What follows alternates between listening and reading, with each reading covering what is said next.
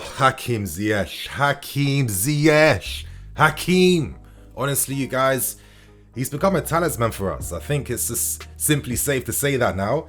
He's been our most creative force and threat in most games. He's been our most dangerous player. He's been our best player in most of the games he's been playing in recently.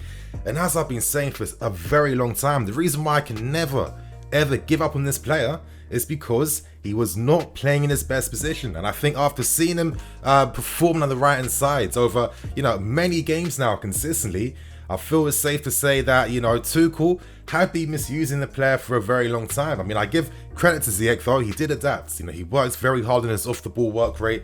He's a winning runner in behind, he tracks back as well too. Credit goes to the player for that.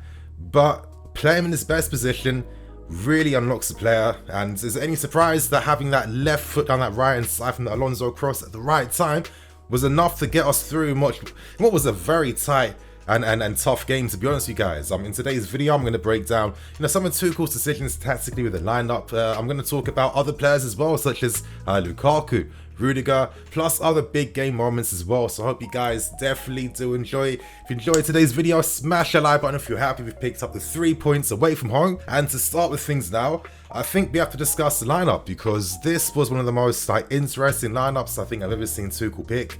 We used 4 centre backs in this lineup today. Malang Sarr continuing to play on the left hand side, and Andreas Christensen playing, I think it was his first game as a right back. I mean, I can't remember him playing there ever, to be honest. And would I say it necessarily worked? Stay with me so I can touch upon some of the difficulties we had by having 4 centre-backs essentially playing for us. In this game though, we saw Kante, Jorginho, and in attack, this was quite interesting. Kai Havertz continued to play down the left-hand side. Pulisic was back in the team playing in behind the striker with Ziyech out wide and Lukaku up front. Now, did I feel like this system was necessarily helping? No, and I think one of the reasons behind why this was a game that was really fought in midfield for quite a lot of times, a game in which both teams were cancelling each other out, is because I felt like Crystal Palace were doing a very good job of forcing us to play passes backwards. When you're doing that, throughout the 90 minutes, you're allowing Crystal Palace to keep their shape and not have to move. And we play a positional style game. Positional play, as Pep Guardiola himself said in a recent interview, it requires players creating spaces and other players moving into those vacated spaces. That's how you shift the blocks of opposition defensive teams. And I think this is what we don't do enough of. We play in front of defensive teams way too much. We don't give them much to worry about in behind, and we don't play vertically enough either. I definitely think the lack of having these 1v1 players in tight situations, dribbling, creating space, does not help us a lot of times.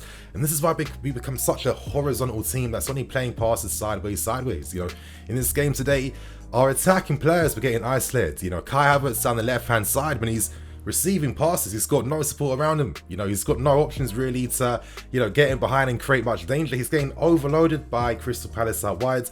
It was the same thing for Ziyech quite a lot of times too. And it's no surprise when your 2 main, half centre-backs, whatever you want to call them, are playing out wide in deep positions, not making runs in behind, not stretching them, not creating 1v1 opportunities for the attacking players. And only naturally passes will kept being played backwards every single time. Now, of course, we did create some good opportunities in this game, especially in the first half. I'm looking at N'Golo Kante for one. Great pass from Malang Sarr. However, we're not the type of team that can create just maybe 2-3 good chances throughout the entire 90 minutes and be clinical enough in these moments to take advantage. We just aren't that team. So this is what I mean to create, more consistent, dangerous opportunities against teams. And, just to say it really quickly, it's not a surprise that when Tuchel played 4-4-2 near the end, Havertz playing up front alongside Lukaku as well, replacing the midfield, bringing on your Rubens, bringing on your Kovacic's as well, just so we could play, a bit more forward at times. It was no surprise why that helped us create more opportunities against them. Just having Havertz and Lukaku up front, as we saw in the final of the Club World Cup, when you have these 2 strikers here, they stretch wide, they create those triangles out wide, where your midfield player can, of course, push upfields, running behind. Then you have more support then for your winger out wide, and that's how you're creating those triangles, creating those 1v1 situations. I need to see more of that. I was a bit surprised why we didn't see that from the start. A lot of times we see Tuchel using the attacking players in particular out of their best positions, and I'm sure there's some like great tactical reasons behind why. Listen, I'm not a coach. I don't have any like coaching badges or nothing. I'm just like a nerd with the sport. I'll admit maybe I don't understand the benefits, but from my own personal perspective, I don't really see the benefits. You know, when I'm seeing Pulisic receiving in the middle instead of Kai Havertz, I'm thinking, wouldn't you want Kai in the middle, knowing that he can play closer to Lukaku? If Lukaku was to drop deep, Havertz can then make runs in behind as well. And of course, when you have Pulisic playing, you know, out wide in his best position on the left-hand side, cutting inside, taking his man on, you know, running closer towards goal. That's how you see the best Pulisic.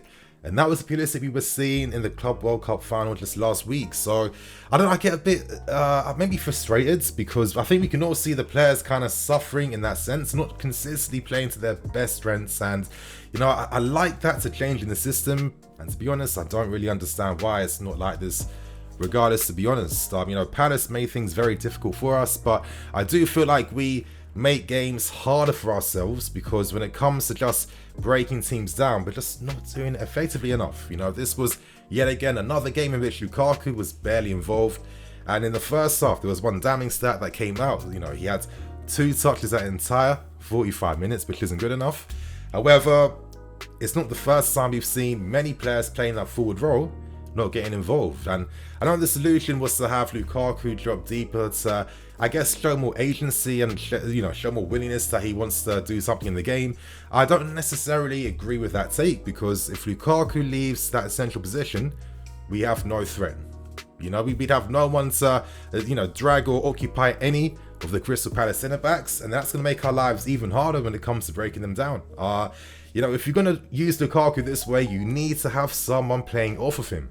So this is why I was surprised that Havertz, for large parts of this game, didn't just play up front alongside Lukaku, because we saw when Lukaku has less men around him, then he has the ability to like drift more to the right hand side, drop deeper, receive passes out wide.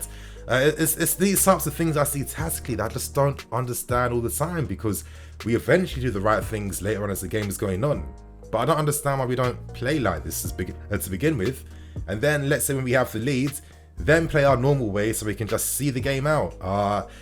I'd love to hear you guys' thoughts and opinions behind what I'm saying, just so I know if I'm even onto something or not, to be honest with you. But I mean, this is why Lukaku is always going to then have to struggle, because he has to rely exclusively on service, which becomes very hard because there's literally no one inside the box around him. And I don't know, it always feels like a case of taking 2 steps forwards and 1 step back every single time. And I don't know, I think something definitely has to change and improve in the team. Now, when it came to other notable moments in the game, we can't forget that that ridiculous shot from outside the box from Rudiger.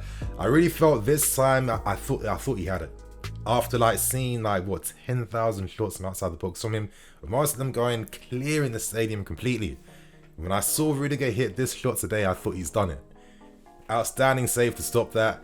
Is this the start of more accurate long shots from Rudiger? I guess we'll find out. I thought he had a good combative game today.